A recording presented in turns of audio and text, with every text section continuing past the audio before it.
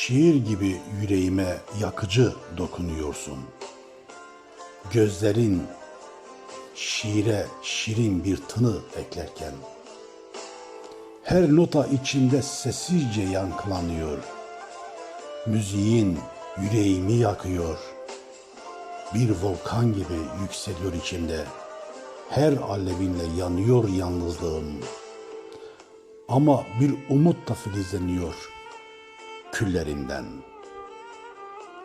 Şiir sevda gibi eser sol yanımdan. Sol yanıma dokunur ve orada bırakır izini. Her iz bir umut olur. Sevgiyle yüzleşirim beklenmedik bir anda. Acısı ölümcülmüş dokunuşların. Ama her yara yeniden iyileşir seninle. Ey sevdamın en saf yüzü, kirletilmemiş gönlün, yüreğime un gibi eleniyor.